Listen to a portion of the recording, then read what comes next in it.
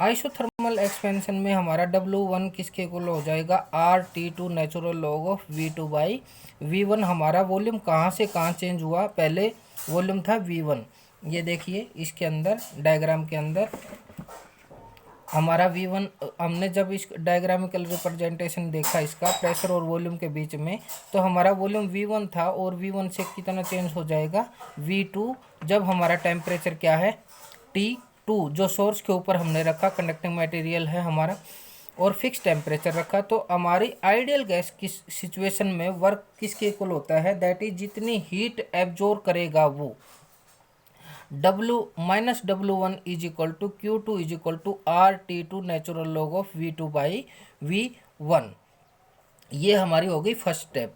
Second step के अंदर क्या है, एडियाबैटिक एक्सपेंशन।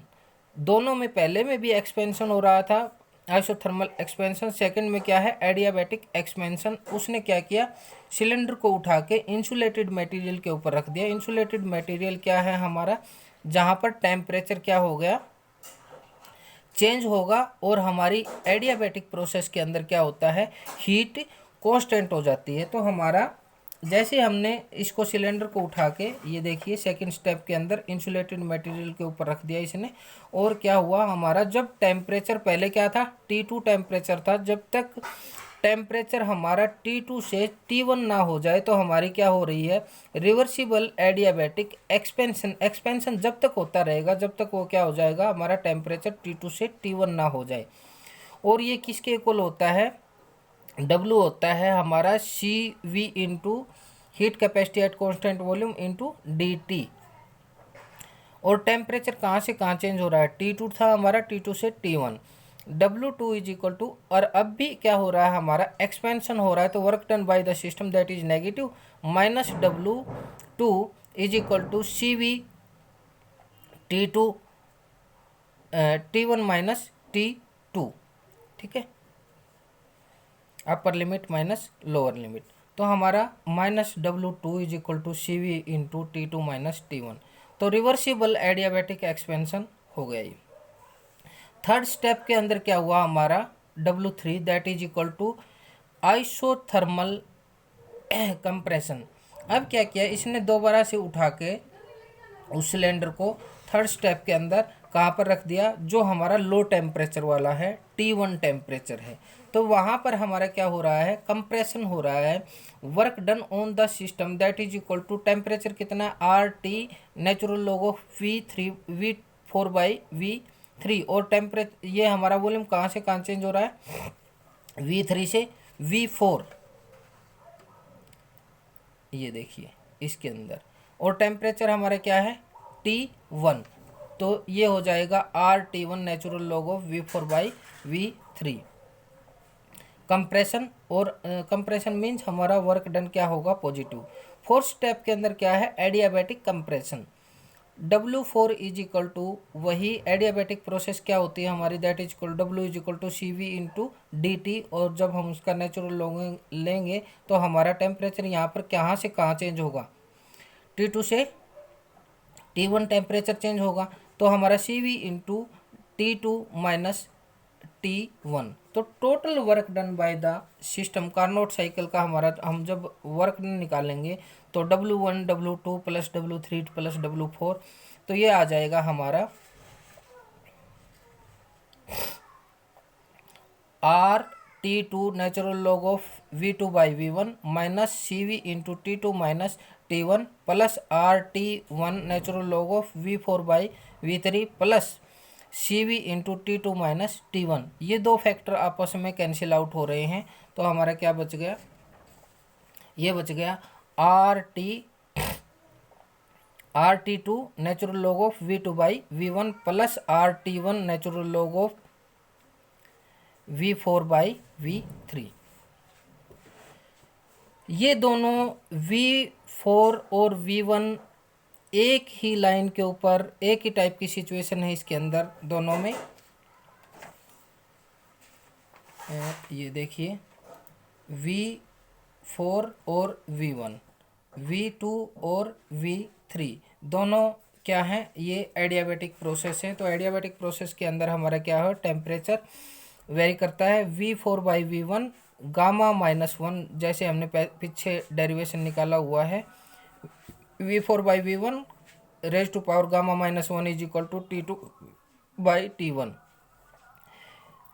और इसी टाइप से V3 और V2 raise to power gamma -1 is equal to T2/T1। तो दोनों को, इनको हम इस इक्वेशन को और इस इक्वेशन को आपस में इक्वल रख देते हैं, क्योंकि T2/T1 के इक्वल है दोनों। तो ये हो जाएगा V4/V1 gamma -1 is equal to V3/V2 is raise to power gamma -1। Gamma -1 power आपस में कैंसिल आउट हो गई। V4/V1 is equal to V3/V2। तो जहाँ पर हमारा V3/V1 है, इसको हम इधर ला सकते हैं। V4/V3 is equal to V1/V2 हम ऐसे लिख सकते हैं। जहाँ हमारा V3 था, V4/V3 है, वहाँ पर V1/V2 कर सकते हैं। तो हमने इसके अंदर पुट कर दिया, तो ये आ गया हमारा यहाँ पर जो ऊपर इक्वेशन है V4/V3। तो यहाँ पर हमने क्या लिख दिया, V1/V2। तो ये है हमारा RT2 natural log of V2/V1 plus RT1 natural log of V1/V2। तो यहाँ से हमारी वैल्यू क्या आ गई, RT2 natural log of V2 by, यदि हम इसको V2 को ऊपर ले जाएंगे तो ये माइनस साइन हो जाएगा यहाँ पर,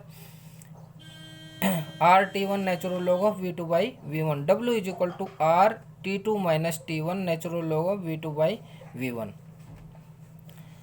तो ये हो जाएगा हमारा X इक्वेशन, मान लेते हैं इसको।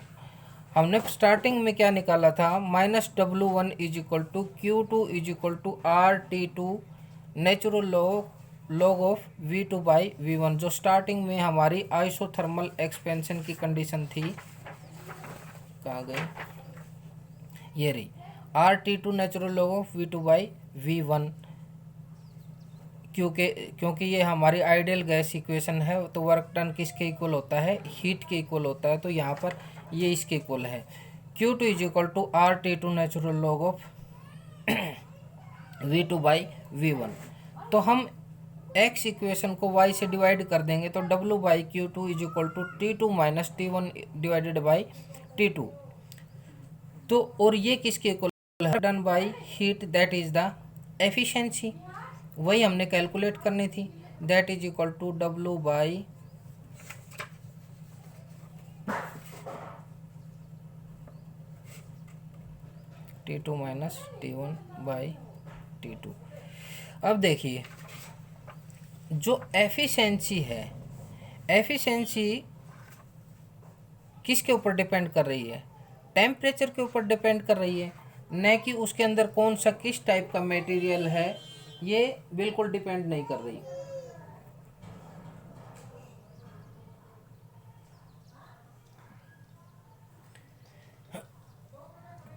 तो ये एफिशिएंसी हो गई हमारी W/Q is equal to T2 minus T1/T2।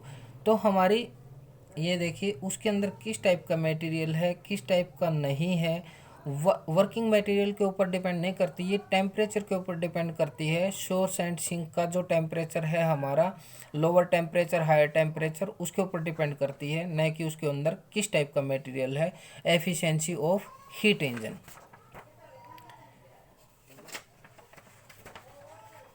Carnot theorem.